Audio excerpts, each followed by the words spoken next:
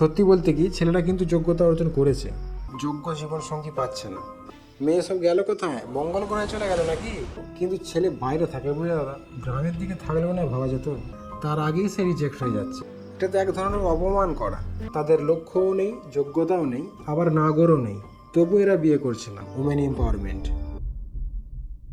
বিবাহ শব্দটি শুনলেই মনের মধ্যে কত রকম ভাবনা জেগে ওঠে, তাই না? আজকের দিনে এই বিবাহের প্রয়োজন আছে কি নেই এই বিষয়ে অনেক বিতর্ক দেখা যায়। তবে আমরা যারা মনে করি বিবাহের প্রয়োজন আছে, এই ভিডিওটি তাদের জন্য। বর্তমানে আমরা এমন একটি সময়ে এসে উপস্থিত হয়েছি যেখানে আমরা সকলেই ভীষণ স্বাধীন। সেই স্বাধীনতাকে কাজে লাগিয়ে জীবনের অনেক সিদ্ধান্ত আমরা নিজেরাই নিতে পারি। তার মধ্যে একটি হলো বিবাহ, যেখানে একটি মেয়ে স্বাধীনভাবে একটি ছেলে শারীরিক ও আর্থিক এই দুই যোগ্যতাকে বিবেচনা করে তাকে পছন্দ করতে পারে এবং বিয়ের জন্য সম্মতি দিতে পারে। এটা খুবই ভালো একটি ব্যাপার, কারণ এটাই তো আমরা চেয়েছিলাম, উমেন এম্পাওয়ারমেন্ট। আর ছেলেরাও কিন্তু ঠিক এটাই চায়, স্বাধীনভাবে এমন একটি মেয়েকে বিয়ে করতে যে মেয়েটি তার যোগ্যতা দিয়ে ছেলেটির চাওয়া পাওয়াকে ফুলফিল করতে পারে। সেই কারণেই আমি আমার ফার্স্ট ভিডিওতে বলেছিলাম আমাদের ছেলেদেরকে স্ট্রাগল করতেই হবে। পছন্দের মেয়েকে বিয়ে করার জন্য আমাদেরকে যোগ্যতা অর্জন করতেই হবে। সত্যি বলতে কি ছেলেরা কিন্তু যোগ্যতা অর্জন করেছে।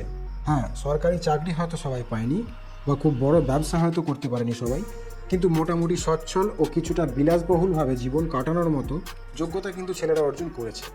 আমার দেখাই এরকম বহু সংখ্যক ছেলে আছে যারা দায়িত্ববান, মোটামুটি সুশীল, আর্থিকভাবেও ঠিকঠাক, এবং একজন মানুষ হিসাবে যতটা দরকার ততটা মানুষ তারা হয়েছে। কিন্তু এর পরেও তারা তাদের পছন্দসই বা যোগ্য জীবনসঙ্গী পাচ্ছে না। সমস্যাটা এমন জায়গায় গিয়ে দাঁড়িয়েছে যে দেখাশোনা শুরু করার জন্য ছেলে ও মেয়ের একে অপরের বাড়িতে আসার যে ব্যাপারটা, সেখান পর্যন্ত তো ছেলেটা পৌঁছাতেই পারছে না, তার আগেই সে রিজেক্ট হয়ে যাচ্ছে। খুব সাধারণভাবে একটু ভেবে দেখুন, একটি ছেলে বছরের পর বছর ধরে স্ট্রাগল করে টাকা ইনকাম করে, পরিশ্রম করে, বাড়ি ঘরদোর বানায়, নিজেকে প্রতিষ্ঠিত করে, তারপর আবার বছরের পর বছর ধরে পাত্রী খোঁজে। খুঁজতে খুঁজতে একদিন দেখে হঠাৎ বয়স কখন 25 থেকে 32-33 হয়ে গেছে। সত্যি বলছি, এই বিষয়ে ছেলেদের ফ্রাস্ট্রেটেড হয়ে যাওয়াটা তেমন কিছু অস্বাভাবিক নয়। বিরক্ত হয়ে অনেক 32-33 বছর বয়সী ছেলে 16-17 বছরের মেয়েকে বিয়ে করে নিচ্ছে দেখা যাচ্ছে। যেসব মেয়েরা শরীর, মন, সাংসারিক জ্ঞান এই সমস্ত দিক দিয়ে ভীষণ ইম্যাচিওর এবং অযোগ্য, সেসব ছেলেরা বলছে কি করব, এত বছর ধরে তো খুঁজলাম, পছন্দের কোনো যোগ্য মেয়ে কই আমাদেরকে তো পছন্দ করলো না, বিয়ে করে নিয়েছি, এবার ভবিষ্যতে দাম্পত্য জীবনে যদি কোনো সমস্যা হয় হবে, দেখে নেব, মানে দেখা যাবে আর কি, কিছু করার নেই, এরকম পরিস্থিতি। আর এইদিকে গুণী মানুষরা বলছেন যে জীবনের সব থেকে বড় ও গুরুত্বপূর্ণ ডিসিশন হলো বিবাহ। মানে পার্টনার যদি ভালো হয় জীবন ফ্যান্টাস্টিক, আর খারাপ হলে ডিজাস্টার, বিধ্বংসী। তাই পার্টনার ভেবে চিন্তে চুজ করো, কিন্তু ছেলেদের অপশন কোথায়? দেখাশোনার জন্যই মেয়ে পাচ্ছে না, আবার ভেবে চিন্তে ডিসিশন নিয়ে চুজ করবে। এসব ফিসিশন নিয়ে ভেবে চিন্তে মেয়ে চুজ করার ব্যাপারটা এখন ছেলেদের কাছে বিলাসিতার চেয়েও বেশি কিছু হয়ে গেছে। আপনারা সবাই একটু কমেডিতে নিশ্চয়ই লক্ষ্য করেছেন যে যাকেই বলা হয় ছেলে আছে একটি ভালো মেয়ে দেখতো, সবারই সেম উত্তর থাকে, মেয়ে কোথায় পাবো দাদা, মেয়ে নেই, মেয়ে একদম পাওয়া যাচ্ছে না। মেয়ে পাওয়া যাচ্ছে না মানে মেয়ে সব গেল কোথায়, মঙ্গল গ্রহে চলে গেল নাকি পৃথিবীতেই আছে? সমস্যাটা অন্য জায়গায়। দেখুন, মেল ফিমেল সেক্স রেশিও এবং ইন্টারকাস্ট ম্যারেজে অনীহা এগুলো ছাড়াও আরও অন্যান্য সমস্যা আছে। সমাজে সাধারণত 3 ধরনের বিয়ের যোগ্য মেয়ে আছে বলে আমার মনে হয়। নাম্বার 1, যারা কমিটেড, মানে দে হ্যাভ বয়ফ্রেন্ড টাইপ। তাদের ব্যাপার পরিষ্কার, কারণ তারা আগেই দুহাত তুলে দিয়েছে যে আমাদেরকে ছেড়ে দাও, আমাদের লোক আছে। আচ্ছা ঠিক আছে, ওনাদেরকে ছেড়ে দিলাম। দ্বিতীয় শ্রেণীতে যারা আছেন তাদের আবার লক্ষ্য আছে, গোল আছে, তারা জীবনে কিছু করতে চান, নিজেদেরকে প্রতিষ্ঠিত করতে চান, তাই বিয়ে কবে করবেন তাদের কোনো ঠিক ঠিকানা নেই, সুতরাং এনাদেরকেও ছেড়ে দিতে হয়। আর 3 নম্বরে যারা আছেন তাদের লক্ষ্যও নেই, যোগ্যতাও নেই, আবার নাগরও নেই, তবু এরা বিয়ে করছে না। কারণ এরা সেই ছেলেটিকে খুঁজে পাচ্ছে না যেই ছেলেটি হঠাৎ একদিন একটি iPhone 16 হাতে তুলে দিয়ে বলবে, এই নাও বেবি, আজ থেকে এটা তোমার হলো আর তুমি আমার হলে, খাবো দাবো নাচ করবো, রিল বানাবো দুজনে। আর এই উদাসীন মেয়েদের সমানভাবে সমর্থন করছে তাদের পরিবারও। আর সেই কারণেই এরা সকলেই ছেলে সিলেক্ট করার ব্যাপারে ভীষণ কনফিউজড।